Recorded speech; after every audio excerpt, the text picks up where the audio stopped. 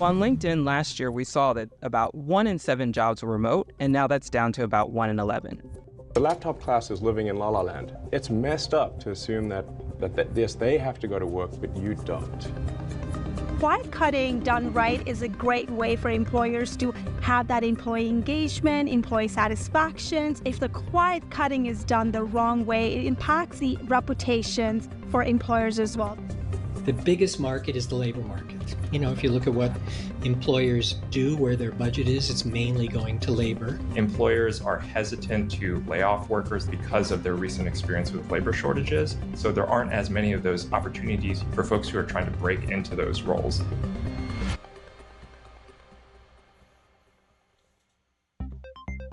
On paper, the job market now looks solid. Unemployment hit a 54-year low at 3.4% back in January of 2023, and U.S. employers added 2.7 million people to the payroll in 2023 alone.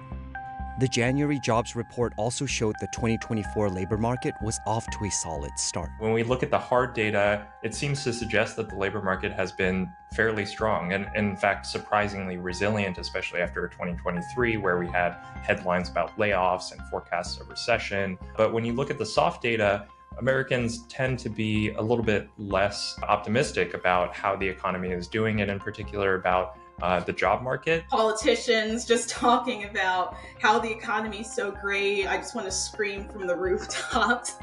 Then how come no one can find a job? Recently, unemployed full-time workers applied to an average of 30 jobs, only to receive an average of 4 callbacks or responses. If you look at the job vacancies, they're down a little bit, but not down enormously. But if you ask, how hard are you working to fill them? The answer seems to be not very right now. So why does it feel so hard to get a job right now? And is the U.S. labor market as strong as it seems? So calling back to one of those early statistics, so I think they said in that they had switched their jobs from 1 in 7. I think that was 2022 to 2023 being 1 in 11. I still personally think that's probably more prevalent than it used to be. I know for myself, being in a tech company, pre-COVID, remote work was so rare. Like, it was something that I don't think I even knew another human being who was fully remote at their job. I had never heard of it. It was, at least in practice. I know in theory they existed, and I knew that they should theoretically exist somewhere, but I hadn't encountered those jobs or those people who were getting those jobs, or heard through a friend of a friend that had gotten that opportunity. And I know for myself, pre-COVID, most of my companies were only enabling remote work. I think one of them officially went from 1 day every 2 months to 1 day a month. And there was a lot of celebration and propaganda around how generous they were to be pushing this new benefit for the company. And then obviously COVID came, and then everyone worked remotely 100% of the time. And so I still feel like 1 in 11 jobs is still pretty prevalent compared to what it was 5-10 years ago. Personally, they didn't show anything on that front, and my guess is the reason why they did that was because they couldn't. It would send a reverse message if they had shown it was 1 in 20 or 1 in 30 or 1 in 50 jobs in 2018. But that'd be my personal guess, is that it was a very rare occurrence, and that is still more prevalent today. I do think that we're in a zone where we're still kind of figuring out what percentage of the market is actually going to be that way going forward, and that we haven't quite hit that perfect balance yet. And I do think that's going to be shifting back and forth over time, but we will eventually hopefully get to a new steady state of how many jobs are in that, and then we'll see where things progress from there. From my personal perspective, being remote is still pretty prevalent, and even most jobs that I know of are hybrid with a good amount of remote work. Now, being remote 1 or 2 days a week is fairly standard, even at companies who have returned to office. And so that's still way more than what I saw 5 years ago. And so I do think there is kind of like a pulling back of this benefit at this moment in time, but I personally do have faith that this is going to continue on a positive trend. And this individual also highlighted how hard it was to find a job. This is definitely something I'm seeing. But for myself, I'm trying to be slightly less biased here. I think everything that I have observed, I would agree with that individual. It seems very difficult for folks to find jobs. I'm seeing a lot of individuals take 9 to 12 months to find a job nowadays. And I know from a financial perspective, common practice is to save about 3 to 6 months of expenses to handle a job loss. And so that means classic recommendations were assuming that you would take 3 to 6 months to find a job. And what I'm seeing for many of the folks that I've interacted with that were laid off, it can take them around 9 to 12 months if they're actually starting from scratch at the point that they were laid off. And that's a certainly sizable amount of time that is existing. But also, I would caveat that of, from my own personal experience, I didn't know that many people who were laid off in like the previous recessions or previous issues that were happening in the market, like the Great Recession in like 2008, 2009. I'm just young enough, I guess, that like most of the folks that I knew either had trouble finding their first entry level job, which is probably true every year. And so being laid off was not really a thing that I witnessed in any serious percentage. So I'm trying to balance my own perspective with, it's definitely something that I'm seeing, but I don't feel like I have a good baseline to compare it to for other struggling economic situations that we've been in the past, just because of my limited experience with having a large pool of individuals that I know who have been laid off and how long it takes them to re-enter the market. But I'm definitely interested to see what they have to say on this front, because this has definitely been top of mind for so many people in the last year or so. Hi, my name's Jenna Jackson. I'm from Ardmore, Pennsylvania, in the suburbs of Philadelphia. This job market is like the craziest that I have ever seen. I was frustrated just with how my job search process has been going. I haven't quantified how many applications I've applied to. It would be a little depressing, I feel, at this point to quantify it. But I was. They seem to have brought up this topic a couple times already through this individual and also through their own data. They had referenced number of jobs that are applied to. Again, I think this is where the fact that you have to apply to a lot of jobs feels bad without getting a lot of responses back. But it's not being counterbalanced with anything else that I think is probably necessary to have a fair comparison, which is how long does it take to make those applications, for instance? So there's a lot more online resources today, in my perspective, to help facilitate application processes to multiple jobs. I think there's like LinkedIn as an example, or Indeed, or one of those job marketplaces. And then there's also AI now that helps you basically like write letters and like fill out documents. And I know a number of people who were looking for jobs used AI to like fill out their resume or answer questions. And so I think that probably would be something that I would have preferred to see, which is like, how much time does it take an individual to find a job, either in calendar time or how much time and effort that they had to put in? Because having to do 30 applications, like, I'm sure if I went to like Indeed or LinkedIn right now, I could probably submit 30 applications in like less than 10 minutes. And so to me, that doesn't feel particularly genuine to use that as a comparison, whereas 10 years ago, that would have been much harder.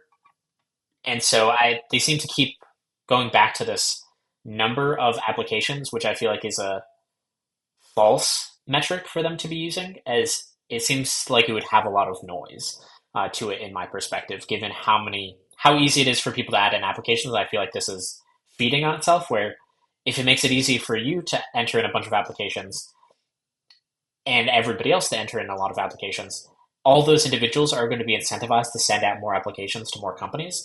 And then this is also going to lead to those companies getting more applicants in general, and then forcing them to be more strict about how they weed folks out before they even have a conversation with you. And so therefore, as creating and applying to a job gets easier, it's also going to become easier for the companies to reject candidates. And so this is going to kind of cycle into itself where the more applications you have to send out to get a reply means that you're going to keep applying to more companies, and then you're going to keep building the cycle where you're applying to way more. Because obviously we can only have one job, presumably, or a couple if you're one of those individuals trying to do like the moonlighting thing. But still, there's a finite number of jobs that you would have, especially full-time jobs, just due to how limited time is. And so applying to 30 companies, you'd never be able to work at 30 companies. And so the more that increases, the more people are going to be weeded out. But again, I think in my mind, something I hope that they cover here is time spent looking for a job and or effort, like how much time they spent on applications, for instance. That seems like something that would be more of a concrete number, sort of like inflation adjusted numbers, so to speak, as they continue into this. It's definitely in the hundreds at least. 55% of unemployed adults said they were burnt out from searching for a new job. Younger generations were impacted the most, with 66% complaining of burnout stemming from job search. Looking for a job can be a full-time job. There's a lot that goes into it. Filling out applications online can be tedious and can be time-consuming and can be really stressful. Every day just feels like Groundhog Day. You're waking up doing the same thing. When I looked at the data, if you just applied to a job through a job board, the odds of you getting hired were about 3%. So you got to apply with 3% is pretty low. And I think this might be kind of what I was just referencing, which is this being such a low number means you're going to have to apply to so many more places. So this is where you'd arguably, again, they mentioned 30. That's probably where these numbers are correlating, which is if it requires you to send in 30 applications, then you basically statistically find one job that is going to hire you. And so that's likely where these two numbers are coming from. But again, that is interesting to see how that's going to turn out for other folks who are, how much time that they have spent. Because again, this means that companies are likely getting more applications than they used to. a lot of different jobs in order to have a chance to get them. And you're going to get lots and lots of just no responses. And it's exhausting if you do that. A 2023 study from Glassdoor revealed that mentions of applicants being ghosted by their prospective employers grew substantially since before the COVID-19 pandemic. We often hear from job seekers that they send out tons and tons of applications and they don't even hear back. And that can be very emotionally and mentally taxing. It's unprofessional as well. It's like, especially if you're going to take the time to do an interview with them, you can at least let them know. And I think it's because of technology. It's easy to put up a job and so many people can see that job. So when you get such an overwhelming response, it's often very difficult to get back to every single solitary candidate. Certainly during the Great Resignation, when the market was at a fever pitch, companies were being ghosted by candidates, which is something that hadn't happened as much in the past. So we've seen it happen on both sides of the fence, and I think a lot of it is caused by just sheer volume. The time it takes for a company to hire an employee also hit an all-time high, at an average of 44 days during the first quarter of 2023, with some industries like the energy and defense sector taking more than 67 days for hire. The application process has been getting longer and longer, with going through multiple rounds and doing assessments. My worst experience so far was with a large financial institution where I had a phone screen with them, and I also had a Zoom interview with one of the team members. After that, I had a case study where I was given very vague instructions. They got back to me and said that the team didn't feel like there was enough. They gave me another attempt. In the end, I just ended up just going back to the recruiter and saying, like, I'm sorry, I don't think this is the best fit. So this seems normal to me. I'm not sure how this has changed in other industries, but coming from a tech background, it's pretty normal to do a screen for a phone screen, maybe even a recruiter screen, then a phone screen that's technically based or from somebody that will actually be working with you or in your same department or skill set, then having a series of interviews. Usually, I think classically it would be recruiter screen, phone screen, then probably about 4 interviews for various skill sets before you actually get to the end to an offer. So the fact that this individual kind of highlighted that they had like a phone screen, 1 interview, and then like a case study doesn't sound like that much to me personally, but again, this could be where things are shifting. And I think that other individual who represented that recruiting company, I think made a great point, which is we are upset about some of these things as employees and people who are trying to apply to places, but we're okay with it when we're the ones doing it on the other side. And so this is where like we would ghost people all the time when things are good. And also this dynamic shifts over time. So I think the fact that this individual is annoyed about like how much they have to do for the application process, um, one, I think probably means that they can't be struggling that much. I'm sure if I really needed a job and somebody said, we didn't get a great signal the first time, can you come back one more time? Generally means that they are probably pretty close. Like there's only one of two things that are happening here. Either one is they think it's a definite no, but they think that's odd for some reason. Like maybe they think somebody was biased. Maybe they had somebody training in the interview process and they feel like they couldn't get a good signal from them. And so they're just kind of like doubling down to make sure that they aren't getting a like false negative for you.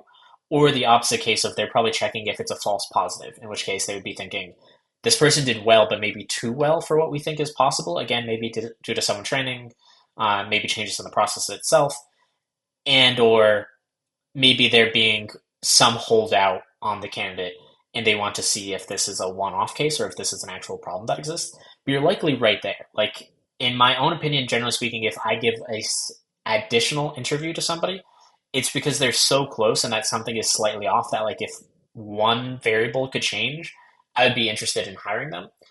And so the fact that this individual basically opted out of that process seems short-sighted to me, especially if they're job seeking, because they likely would have had a very good opportunity out of that final talk to get a job compared to most any other effort that they're going to put in elsewhere.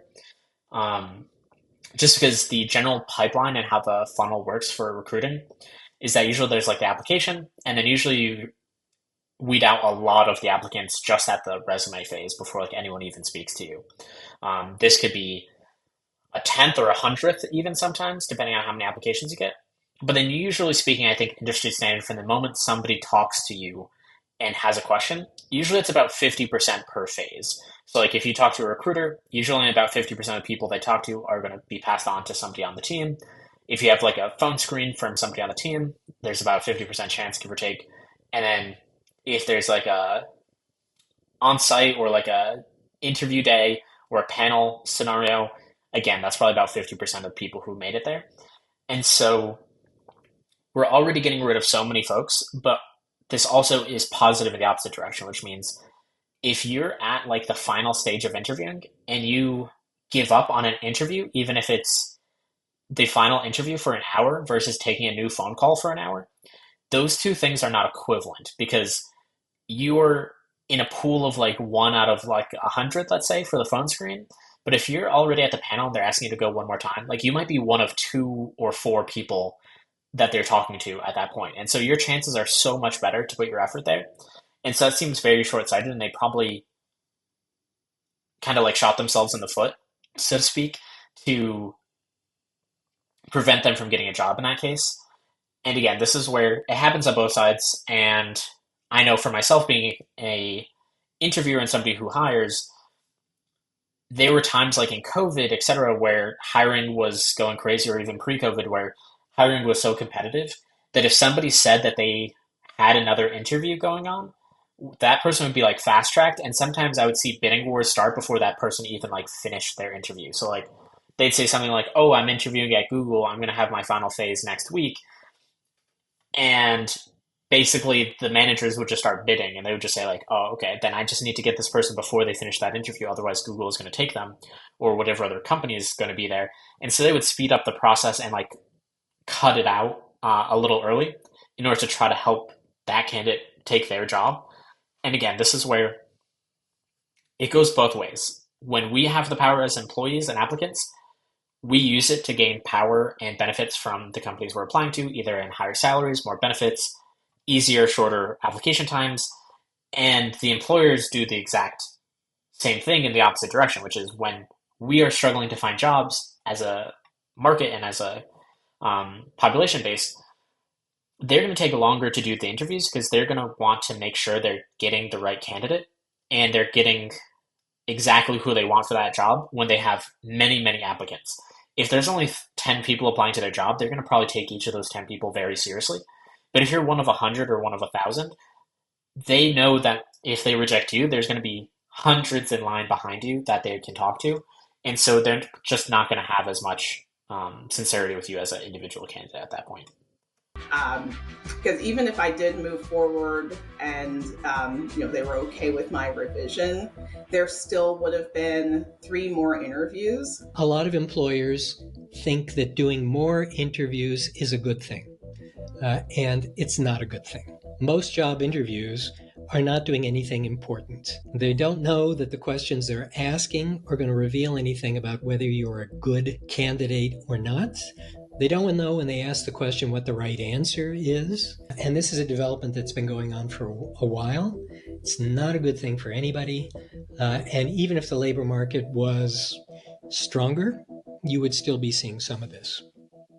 There are generally 2 terms economists use to describe the state of the job market: tight and loose. Usually when economists talk about a tight labor market, they mean hot, essentially. And mostly what that means is it is difficult for employers to find workers. And so in that context, employers tend to be more hesitant to lay off workers. They tend to try to be more aggressive about how they hire, whether that means offering bonuses or offering on-the-job training. By contrast, a loose labor market or cold labor market is one where there might be layoffs, it might be hiring freezes, it might be difficult to find a job for workers who are either already in the workforce or workers who are trying to enter the workforce for the first time. The American labor market has remained extremely tight following the end of the pandemic. So many companies had to scale back during the pandemic, and then all at once, companies were able to hire again as their businesses started to move. So you had so many job openings happening all at the same time. Job openings surged to historic highs,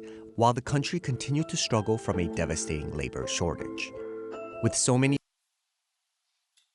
So again, I think for some folks, depending on what your background is, some of these things are reversed in particular markets. So I think like the tech market for myself, I feel like the opposite happened, which is obviously if you compare that to like retail space, retail workers were basically getting laid off en masse in COVID. And then tech workers were getting hired en masse to kind of replace those expenses and also to help those businesses grow on like their online presence while everybody was at home. And then those things shifted back. And I think that's why, especially within the tech space, I feel like things are kind of hurting right now, is the opposite happened here, where people stopped going online as much. They were waiting to go in person to things, do more things with people they cared about, not be online as much after COVID was over. And then there wasn't as much of a need for these tech workers. And then so they got laid off. And so this is where there's varying stages of these things, and certain markets can be more impacted than others in certain ways, and some can be impacted positively and some negatively by the same exact scenario. Plentiful job prospects, even working Americans quit their jobs at a record pace for new jobs, in a trend that came to be known as the Great Resignation. But the job market is beginning to show signs of cooling. There's less of a frenzy on the part of the employers. If you're somebody who wants a job, you would like a frenzy on the part of the employers because you would like to have lots of people trying to hire you. I think one interesting thing about the job market right now is that it is strong, but the hiring rate is low, and similarly, the layoff rate is actually very low. The layoff and discharge rate in the U.S. has been hovering near historic lows, despite the barrage of layoffs reported specifically within the more visible tech and media sectors. So I think what might be going on here is that employers are hesitant to lay off workers. They're hesitant to push workers out because of their recent experience with labor shortages. But on the flip side, that also means that a lot of workers are sitting tight, they're not quitting, they're not being laid off, and so there aren't as many of those opportunities you would normally expect from attrition for folks who are trying to break into those roles. Meanwhile, research from LinkedIn found that job seekers' search intensity in the US grew by 27% in 2023 compared to the year before. In 2022, there was one open job for every active applicant on the LinkedIn platform. By 2023, the ratio turned to 1 job for every 2 active applicants. Right now in the marketplace, what we're seeing is both employers and employees being a little bit more selective. Everybody's taking a little bit more of a measured approach right now, being a little bit more selective in their choices, and that's why we've seen a little bit of a cooling in the marketplace. However, experts reassure that the cooling labor market is no reason for concern yet. It is important to have a perspective that's a little more historical on this. You know, if you're hunting for a job right now and you can't find one, it looks like a lousy job market to you. But compared to your parents' experience, it's a great job market. I think that sentiment is outcomes minus expectations. So in 2021, 2022, there were labor shortages, companies were hiring very aggressively. And so even if 2024 is shaping up to be a relatively healthy labor market, by recent comparison, it doesn't feel quite as strong. A cool down in the labor market was also what the Federal Reserve had intended with its series of interest rate hikes. If you are the Federal Reserve and you want to slow the economy down, that means you want to slow the markets down a bit. The biggest market is the labor market. You know, if you look at what employers do, where their budget is, it's mainly going to labor. So you can't easily cool the economy down unless you cool the labor market down. I think this is a great point that they're bringing up, which I feel like some people might not have a firm grasp on. But basically, the way the Fed works, and the reason why they have a dual mandate, which is a common phrase that they use, maybe you've heard this or not, but basically their dual mandate means that they have 2 mandates. One is inflation, so basically keeping inflation from going crazy and making sure that it tries to aim for, I think what their ideal is, 2%, give or take, and the job market. And these 2 things are so tightly woven together that this is why they have a dual mandate, which is they could completely stop inflation if they so chose. Like, if they just had a single mandate of offsetting inflation, the Fed could have solved this problem like day one. They could have just been like, all right, no big deal. Interest rates are now going to be 50%. I'll see you in a month when I claim victory on inflation coming to a cool, as basically a good chunk of the market gets laid off and people stop getting debt, or their debt kind of overcomes them. And it probably would have been solved, maybe a month is an exaggeration, but it would have been solved in a couple months at most if they went to drastic means. And this is why they have that dual mandate, is because if they have a very high interest rate, it's going to tank jobs. And if they have a very low interest rate, it's going to grow jobs, but it's also going to grow inflation. And so this is why those 2 things are connected. And they often speak around at this point, because obviously the Fed doesn't want to be saying things like, yeah, I'm trying to get people to lose their jobs. Like, that's effectively what they're trying to do when they increase interest rates. So they talk about it in different terms of like trying to curb inflation, trying to take all factors into account. They usually say some phrasing around how they're trying to be mindful of the situation, but they don't usually come out and say that they're actively trying to reduce the workforce. But this is actually what they are doing on a day-to-day basis. And so this is something that maybe you can start paying attention to a little bit more, but that's generally what that means. If interest rates are higher, it's going to be harder for companies to give out money. Your loans are going to be more expensive. And so everybody just gets tighter and financially, and then basically things start to fall apart. People likely start to lose jobs, and then inflation goes down. And the opposite is also true, where once inflation starts to kick back up, then there's a lot more money flowing around, a lot more people are spending, and then it's easier to get more jobs out and about. So just kind of want to highlight how those exist and how they're so closely related to each other, in case you weren't familiar with this dynamic before. Experts also noted that the health of the labor market will largely rely on where the economy is headed next. If the economy does slow down more significantly in 2024, if we see a recession in 2024, the labor market can be somewhat resilient, but it can't fully buck the broader economic trends. And so that's definitely something we want to watch out for in 2024. It's not a guarantee that the job market is going to remain as strong. Broadly speaking. So this was actually published, as they seem to have highlighted here, earlier this year in 2024. So some of this is speculation from 2023, but I do think a lot of this stayed pretty much true. And I think what they're saying still makes a lot of sense, which is there's a lot of skepticism around the market at this point. And I do think that what they're highlighting is generally true, which is there was the huge layoffs that happened in like 2021, 2022 for the tech sector. And then obviously like in 2019, 2020 for the retail sector. And where we are right now, at least from the tech side, I do think it's generally true where people are looking ahead to the future and they're cautiously optimistic. And so they aren't laying people off because they think there could be opportunity ahead. And if you lay people off, then obviously it hurts your reputation. Obviously, it sets you back. And if you need to hire, then you're hiring from a lower level, trying to work your way back up to a larger number again. And so I feel like there's a lot of folks that are in this exact scenario that they described, where people are hesitant to leave their jobs because they don't know whether things are going to be good or bad.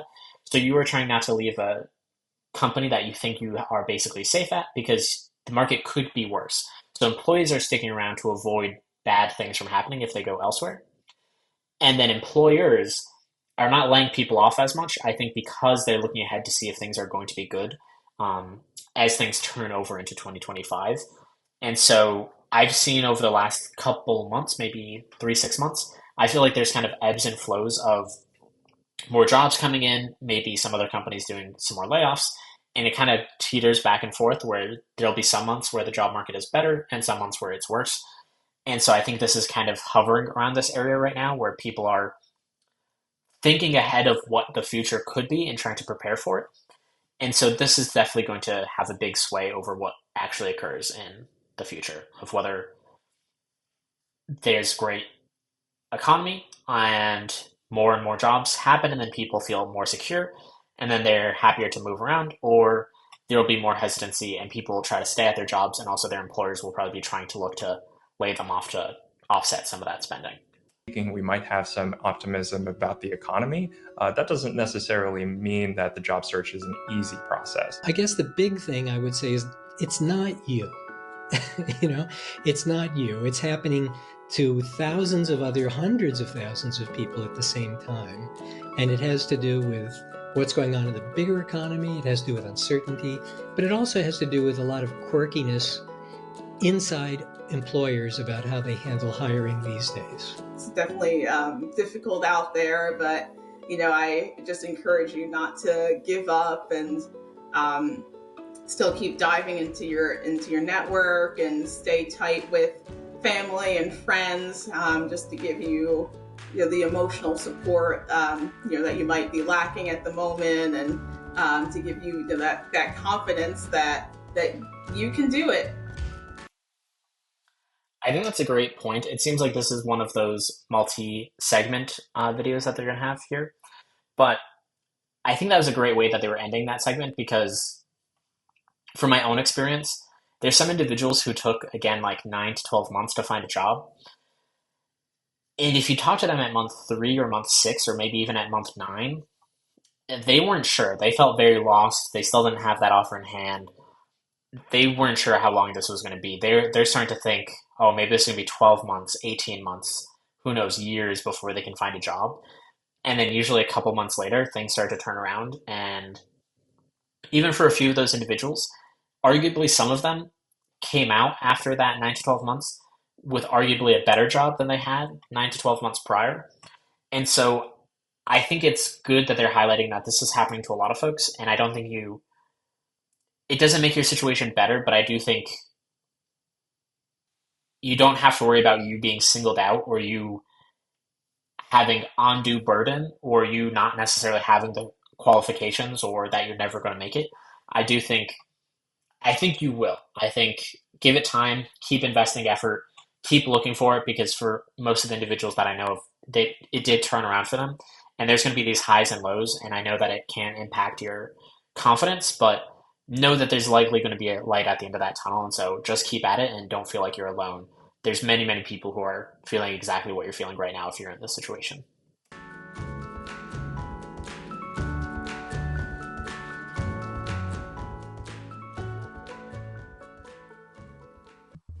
This is how corporate America feels about remote work in 2023. The laptop class is living in La La Land. It's messed up to assume that yes, they have to go to work, but you don't. It's not just a productivity thing. I think it's morally wrong. Listen, it doesn't work for young kids. It doesn't work for spontaneity. It doesn't really work for management. And this is how the corporate world felt about remote work in 2020, during the height of COVID-19. The biggest advantages, I think, are access to large pools of talent who don't live around the big cities and aren't willing to move there. Since we've all been forced into being remote now for 9 months, I think we've realized that if you have somebody in a particular location who's willing to work the hours to be able to collaborate, you can do it very effectively. So it's changed how we thought about hiring. Let's pause here. Notice something? In fewer than 3 years, corporate leaders have reversed their approach to remote work, and it seems like this tactic has been working. The latest data from the Census Bureau found that fewer than 26% of U.S. households still have someone working from home. That's down from 37% in early 2021. So the reason we're having this entire conversation about remote work dying is, first of all, because we kept thinking that we're going to bounce back to quote unquote normal. When the pandemic started and we had people working from home, the idea was this is very temporary and we were all going to come back. So really what's changed the discussion about remote work is the slowdown in the labor market. There are a lot of employers out there who had suspicions about remote work from the start. And you can see that kind of by the timing of when people actually went to being remote during the start of the pandemic. So the concerns that employers had about remote work were present all during the Great Reshuffle, but they didn't really have much of a choice. But with the emergency orders expiring for the pandemic this year, now they can actually start to bring people back and address some of those concerns that they might have about productivity. I'm definitely interested to see this segment. I feel like remote work, especially in the tech sector, I feel like I have a debate on this topic, like probably at least once a month, maybe every couple of weeks or so, for this exact phenomenon that existed. So I think it was great that they started this segment of highlighting both how negative executives felt about remote work in 2023, but then also highlighted how positive they were about remote work in 2020. And I think they brought up a great point, which is even in the previous segment, they were talking about the tight and loose market or the hot and cold market for the labor market. I think this has to tie directly to that, which is this is a benefit at the end of the day. And if your employer doesn't have to give you a benefit and what they perceive as something that's beneficial to them, they're not going to give it to you if they have authority not to. Like that's how the entire dynamic works. I know all of us don't feel good about it, but again, I think highlighting how this works both ways, because we're upset when our employers take away benefits from us, but we're not upset when the market is in our favor and we get above average salaries, or we can negotiate and or get a lot more benefits than we might have otherwise. And so again, both sides of the table do it, and whoever is losing is usually the person who's upset. And I think that this is where we are today, which is I think employers generally want people in the office more, and people who want to be remote are less happy about it. I think that there's a variety of reasons as to why that could be happening. I think both good and bad. I think from the positive case, I do think some people don't handle remote work well. I think it would be disingenuous of me to say that every person can lead a very fulfilling and productive life, both in work and in their life, being completely remote. I think that's not true. I've seen so many people who seem to have some real mental struggles and emotional struggles from being isolated from remote work and not figuring out how they were going to balance that. And it definitely impacted their personal life and their professional life. And that is definitely something that can happen to people. And so it's not necessarily the end of the world for some people to default into in-office work. You get more socialization by default. You get out more by default. But there's also the opposite side, which is there's some people who want more remote work, and those who might also be negatively impacted by being in the office. I think, from my own perspective, I think there's a couple things that are impacting this. I think one is that general dichotomy of what the employer wants versus what the employee wants. And generally speaking, the employer is going to only give you, as an employee, what they need to give you in order for you to take that job, and nothing more. And so as the market gets harder and harder to find a job, they're going to start taking back more and more benefits. And this is because the power is shifting back towards them. And this could be done for a variety of nefarious intentional premises. I've definitely heard of like quiet layoffs and things like that, or quiet cutting, I think they had highlighted earlier, which is they're slowly removing these benefits because they don't want to give them away, and they don't have to technically. And so they're either trying to take back what they feel like is theirs now that the power is shifting in their favor again, or they're also hopefully trying to get people to like quit themselves, for instance, instead of laying them off, because that's better for them as a reputation, etc. And then there's also potentially less intentionally malicious plans around this of the people who are impacted are different individuals. So I know when I was having debates with individuals on remote work, some of the data that you can find is that actually, like, generally speaking, folks that are minorities or female generally prefer remote work than like white male counterparts, for a variety of purposes. Like, you could have more responsibilities as one of those individuals. Also, like, another stat is that generally minorities have less transportation options, and so they're more likely to have reliance on things like public transportation, for instance, to get to their work. And so this is where each individual is impacted differently by this. And so for some folks, if you have to take care of a kid or you don't have great transportation to get to work, you're going to want to be more remote than not. But if you don't have those responsibilities and you have a car or you have an easy commute, you're probably not going to care about those things as much. And so I think also part of this is people not being able to put themselves in other shoes. And I do think this is also part of the makeup of these leaders. I know we previously spoke about DEI in one of our past videos. And I, again, don't want to highlight this as like a white men are evil. I feel like, again, that's probably the sentiment that gets taken to an extreme too often. But again, I think this goes under my core premise of how I believe all of us as individuals work, which is we make decisions that are in our best interest. And it's easy for us to project what's in our best interest as the best interest of others, and or things that make our lives easier going to make the lives of other people easier, and not know the negative impacts of that. And what I mean by that is, if you see being in office as not a big deal, you probably don't really care about other people's perspective because you don't have their perspective. You are yourself. And so I do think because so many people are white men in leadership and they're the ones who are deciding these things, they can choose to be in office if that's their preferred way of working. And that's generally how it's going to be. They're the ones who are in charge of the company. They're the ones who have the money. They're the ones who get to choose. And that's generally how it's going to work in any sentiment.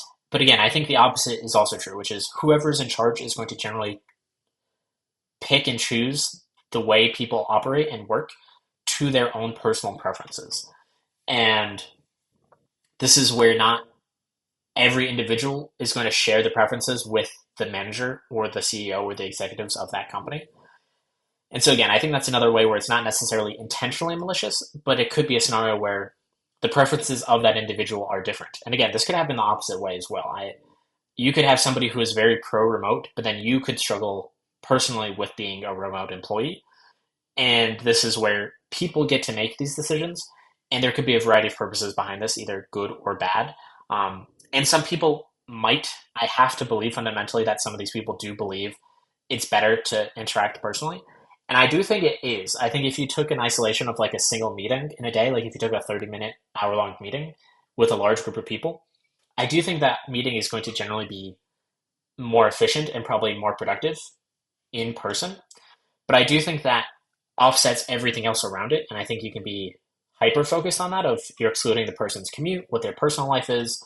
You're also excluding the fact of like, what else are you doing through that day? In most scenarios, your life isn't just a single meeting that you have from start to finish on that day. You're doing a variety of tasks. You're interacting with a variety of people. And so you can also over-optimize in one way or another in this scenario.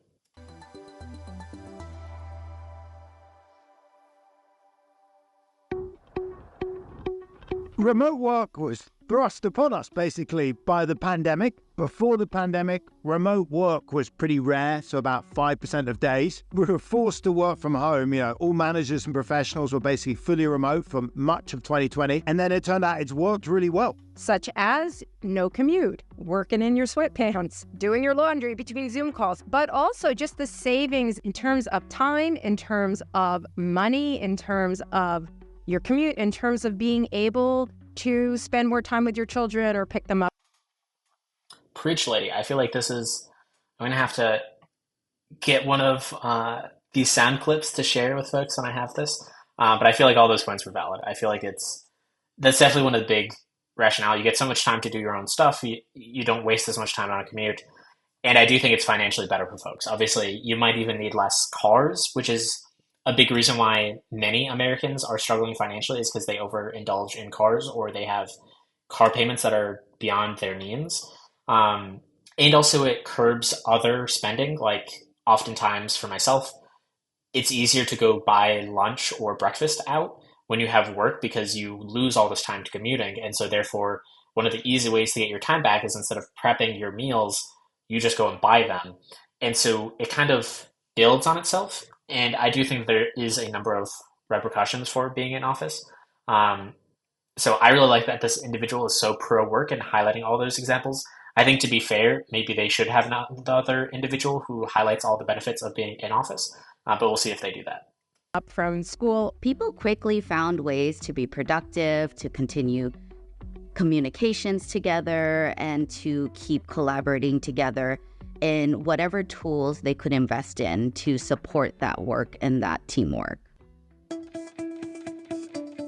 As the world slowly started to open up, corporate America began to change its tune on remote work, so much so that some firms now even threaten to fire their employees if they don't show up at work. Zoom, the company this is, now throwing in the towel on fully remote work. Even Zoom, the video conferencing company that helped make the remote work boom happen in the first place, is also taking a hard line on return to office. It's an abrupt shift from last year when it suggested a majority of its employees would work a hybrid schedule with just 2% working in person full time. So some of the pushback.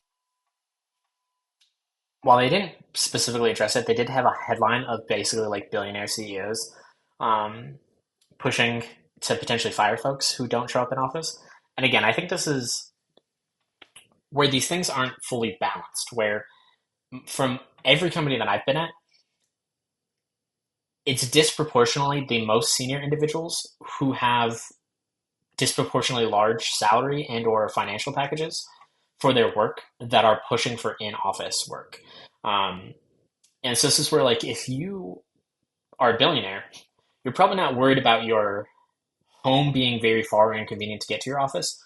You probably have enough resources that you can choose the trade-off of your location and where you want to live compared to where you work, such that you could probably choose if you want to have a very short commute or if you are willing to have a longer commute for other benefits. Whereas if you're less financially secure, you're not really going to have a choice. There's probably going to be the places that you can live at and the places you can't live at.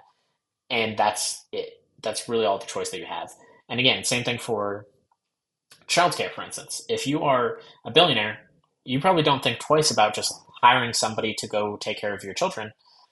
And somebody else who doesn't have as many financial resources is probably struggling to figure out what they're going to do with them. And I've heard outrageous amounts of sums getting into the thousands of dollars per child per month for daycare in our area or in other areas of the US. And so if you're a standard employee, thousands of dollars a month is like most of your paycheck. And so you don't really have a good scenario where basically you are trying to live your life and trying to work and then losing so much of your money to have your child in childcare. And not being able to spend your time with that child. And again, I feel like this is where people are in different scenarios, and I feel like this is a big portion that I don't see discussed as much in this conversation, which is how are the people who get the choice to decide impacted one way or the other versus the average individual that works for them? And I feel like there's just not enough time spent on thinking through the implications and putting yourself in somebody else's shoes for this scenario, and I think that's how this happens a lot. I would say almost every case that I've seen, usually it's just the top few execs who push for this, and most other individuals disagree with it. but because they need their job and they need the money and need to support their family and have a stable life and career, they don't get to overrule this decision that is done by somebody much higher up in the chain. And so this seems to be a very, at least in most scenarios that I've seen, and I'm happy to hear if other folks see different scenarios where they work. Feel free to post in the comments or link me some resources. But most of the time I've seen this, it's usually a couple folks who have a lot of authority and a lot of pay choose for this option, even though they're outnumbered many times, 3, 4, 5, 10x to 1, because those other individuals who are choosing for the opposite case don't have as much authority or as many options, and they sort of just get trampled by these other individuals in these conversations. Remote work is driven by concerns about productivity. There have been some experimental studies that show that there's some productivity impact potentially from remote work. But those studies are also experiments, right? It's unclear how they apply to the broader labor force. The United States does have a productivity problem. Before the second quarter of this year, the country had experienced 5 consecutive quarters of year-over-year declines in worker productivity.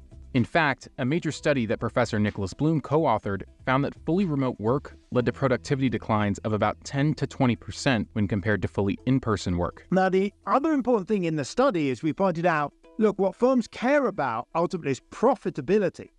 And it turns out that if you have an employee that's remote, you also save a lot of costs. So you're saving about 10% less overhead because you don't have an office. And then you can have these folks maybe nationally or internationally, maybe save another 20, 30, 40% remote. I think that's a great point that I also don't see raised as often, because again, the individuals who are deciding are the ones who are pro in office. And so usually in their mind, not having an office or having a smaller office is not even on the table for them.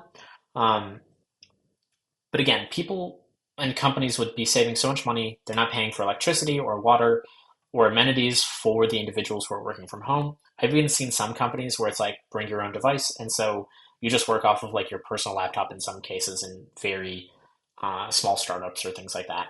Or at best, they give you a laptop, but then they don't give you the rest of the setup that you would have in an office, like a cubicle or monitors or all that other jazz.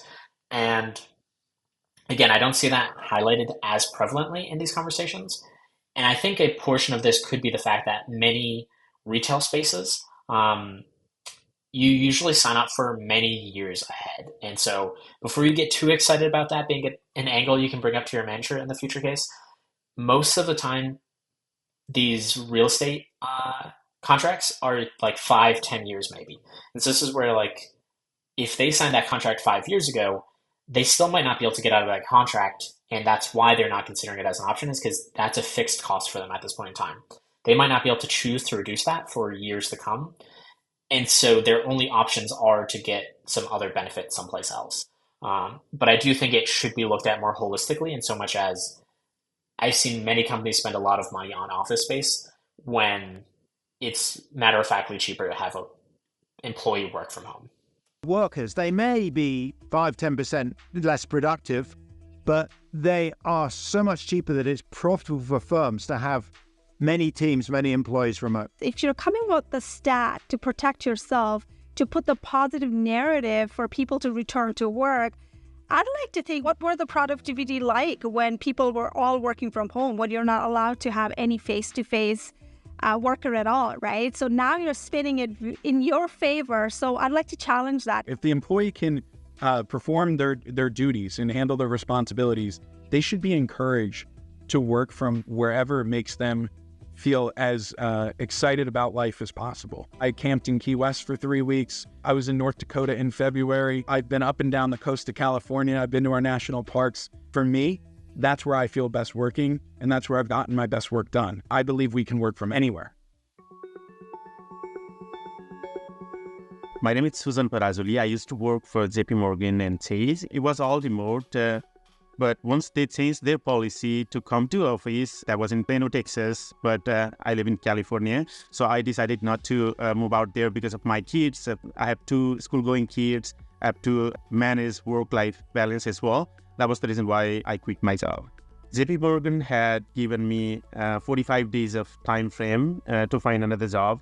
And I applied for some other companies and found a remote job with Leidos. So I have been working remotely with Leidos as a senior system analyst.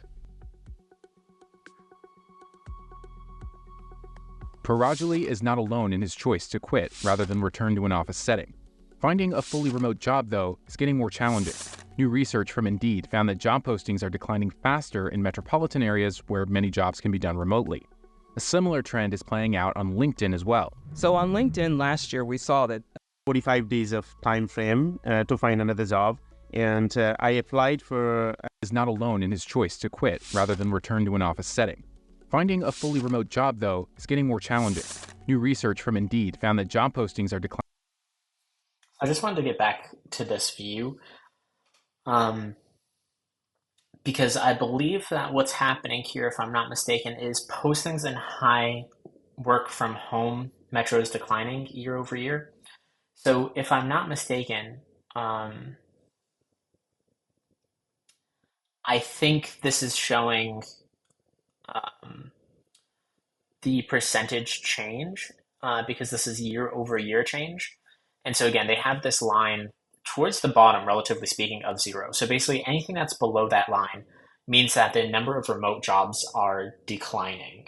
And anything above that line means that remote jobs are increasing, is my understanding. So basically we've had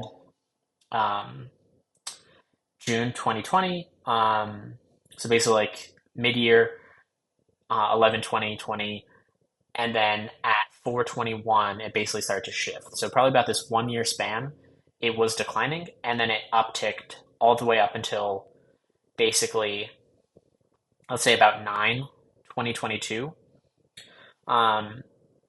So that's a good chunk of time. That's over a year in which the rates were increasing, and they had about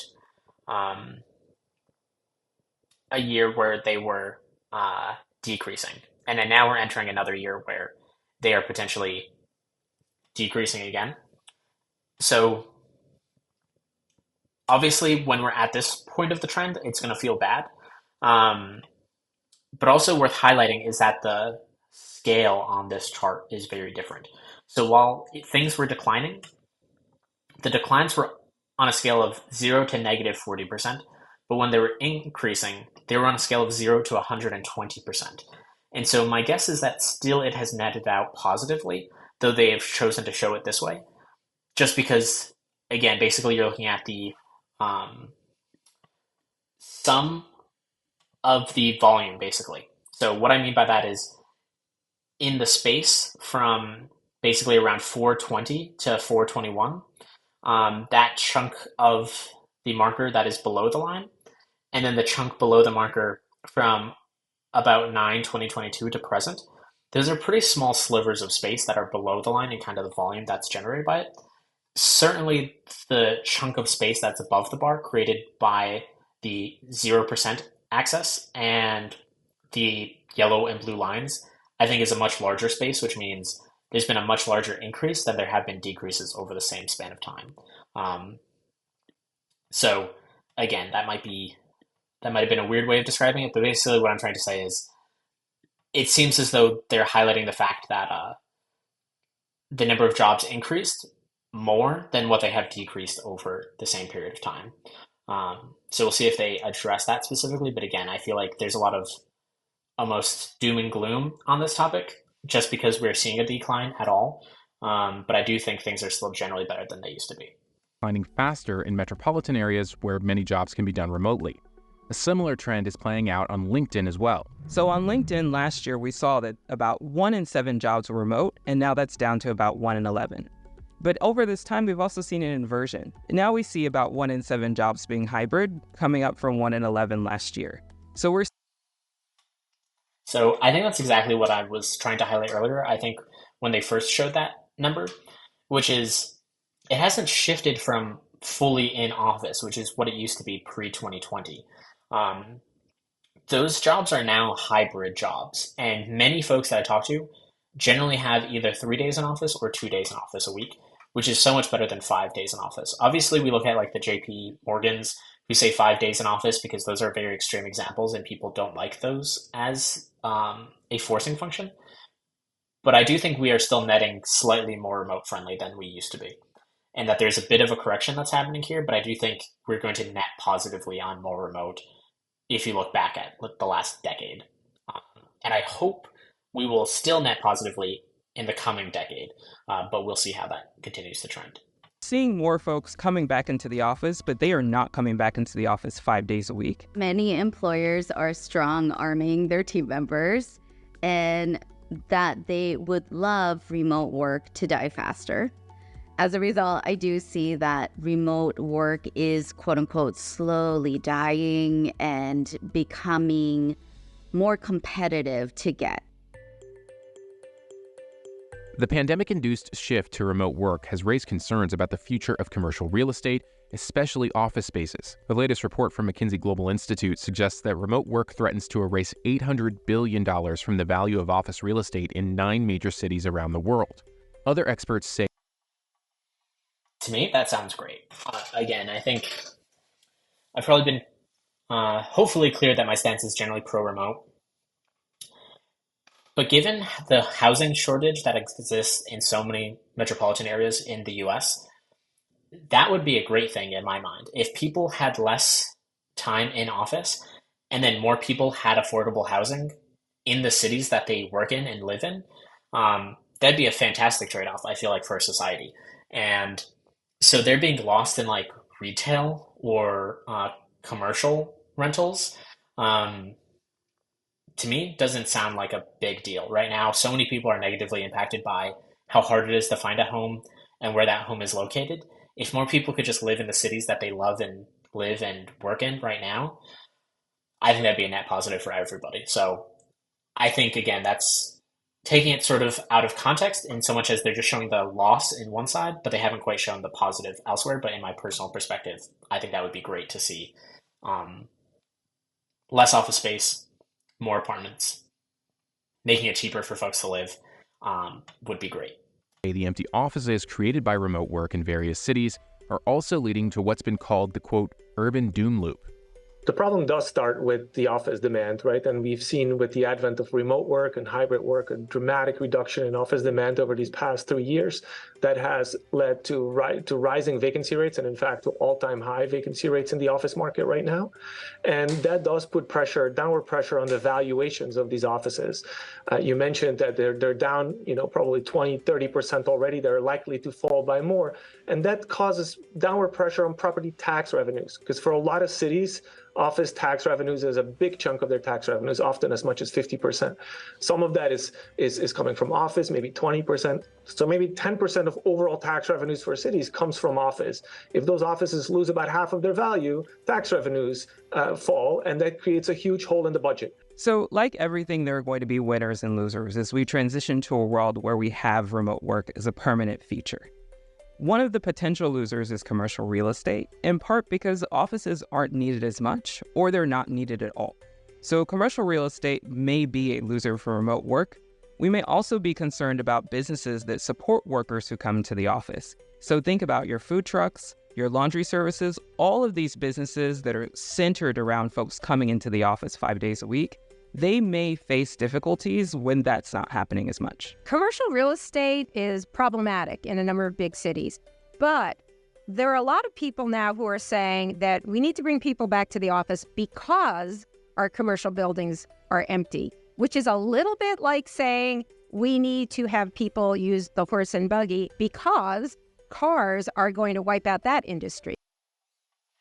This lady is awesome. I'm gonna move my video so you guys can see. This is, I think, Joanne Lippman is her name.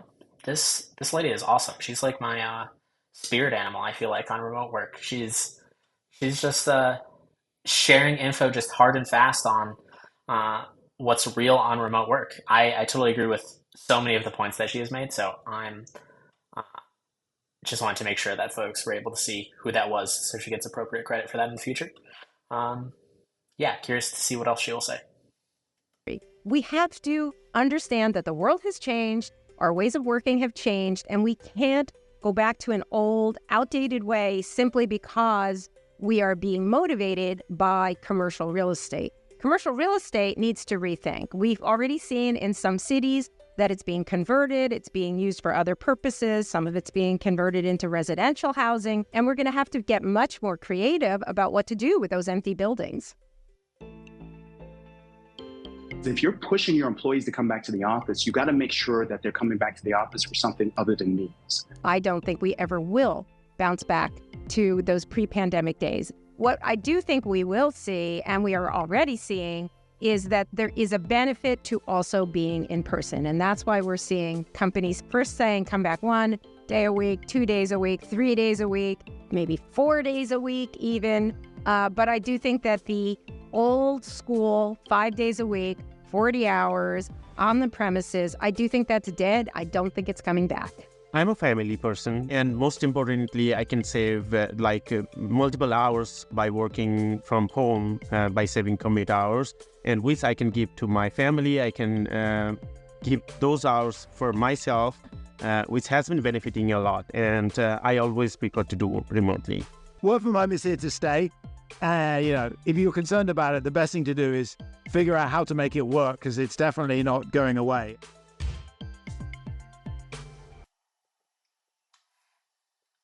I generally enjoyed that segment. It seems like there's going to be another segment here. This definitely seems to be going on for quite a long time. So thank you anyone who has actually hung on this entire time with me.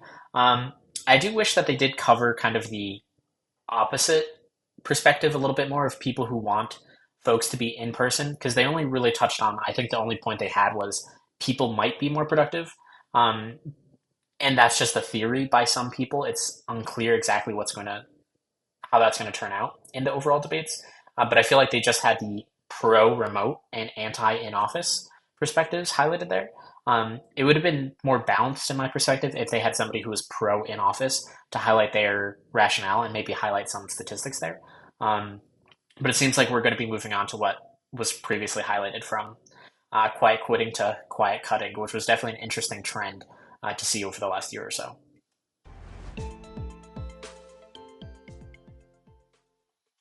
Hey, so I have good and bad news. Which do you want to hear first? What's the bad news? Your current role has been eliminated. Okay, what's the good news? You're being reassigned. This is an example of quiet cutting, a new workplace trend that's been dominating the headlines. We've talked about quiet quitting. Now there's a new trend, quiet cutting. A new trend is here, quiet cutting. Some bosses have been trying out a new technique called quiet cutting. Quiet cutting is restructuring and reassigning the roles and responsibilities for a completely different thing by not giving them layoff and portraying like, we have something for you, we'll take care of you. Here is the job, take it or leave it. And that basically is avoiding layoff in certain scenario by the employer to employee. For the past few years, we have seen quiet quitting, we've seen the Great Resignation, and all of this was a sign of a strong economy, a strong labor market, tight labor market. Employees have had the upper hand. Quiet cutting is a suggestion that the tables are starting to turn, that employers are starting to have that upper hand now.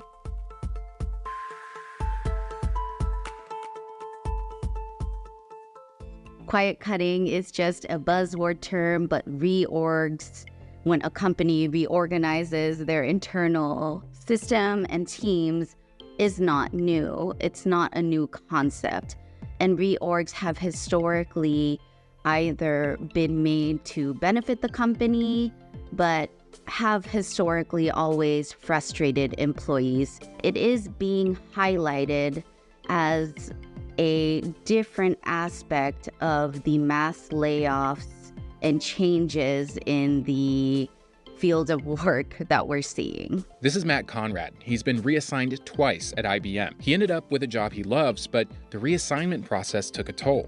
Yeah, so I was actually reassigned, I think, twice in 366 days. And unfortunately, I live with mental health disabilities and major depression, complex PTSD, and anxiety disorder, and all three kind of kicked in simultaneously. And I started having panic attacks on really a twice-a-day basis, and ended up taking short-term disability to make sure I protected my mental health. IBM isn't alone in having employees reassigned to new roles. Big-name companies like Adidas, Adobe, and Salesforce have been enforcing large-scale reassignments. Also, LinkedIn research published in May found that hiring has continued to slow in many countries, but internal mobility is trending upwards in several industries. Some economists say that despite the overall U.S. job market remaining strong, companies are fearful of what lies ahead, so they're resorting to the quiet cutting tactic. Quiet cutting is happening because companies are fearful of what's coming down the pipe. They're fearful that the economy will go into recession or that they will run into economic headwinds, and they are concerned that they're going to have to cut down the line. And so this is a little bit of insurance for them.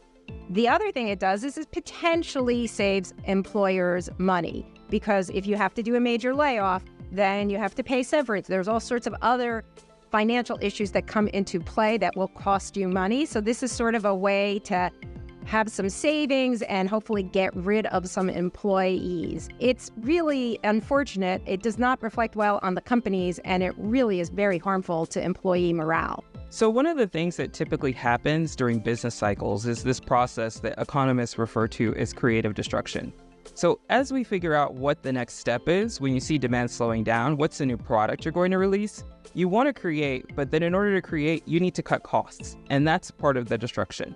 So really, businesses are trying to optimize for the future.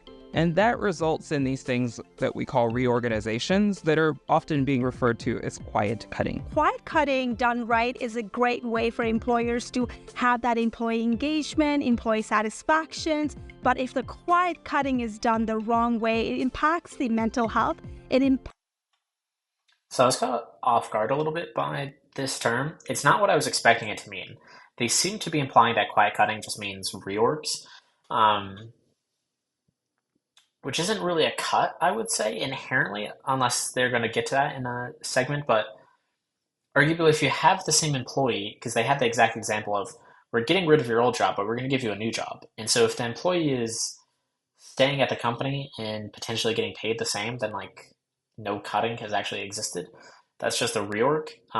So I was curious. This is not what I was expecting. I was expecting them to highlight the fact that like some employers are kind of doing some underhanded things to kind of force their employees into quitting.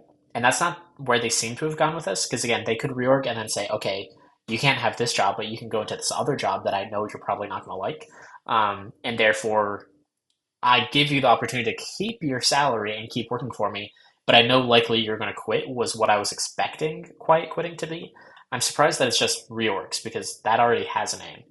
But maybe they'll elaborate a little bit more about what makes this unique. Impacts the employee engagement. It impacts the reputations for employers as well. So they really have to think it through if the quiet cutting is the right approach to go by right now, or maybe layoff it is, because they really have to think it of if it's the right approach. For me, what I learned is you have to go through the process of grieving, of being angry, of loss, and then see what doors will open up, see what windows will open up. I never would have thought I would have ended up on this team. I never would have thought I would work for a manager who really has my back and supports me. And now both those statements are true. I love what I do, and I love who I work for. I would encourage all employers to consider the pros and cons, and if anything else can or should be done. Perhaps, giving an employee an option between two roles, if that's a possibility, or even saying, hey, would you like a severance package of some sort, or would you like to be reassigned? Just giving employees some say in the process, I think, would make them feel more comfortable about the whole thing.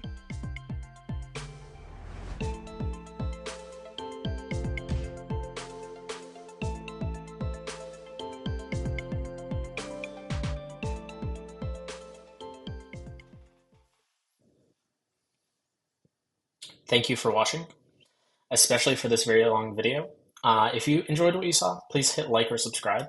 I will see you around.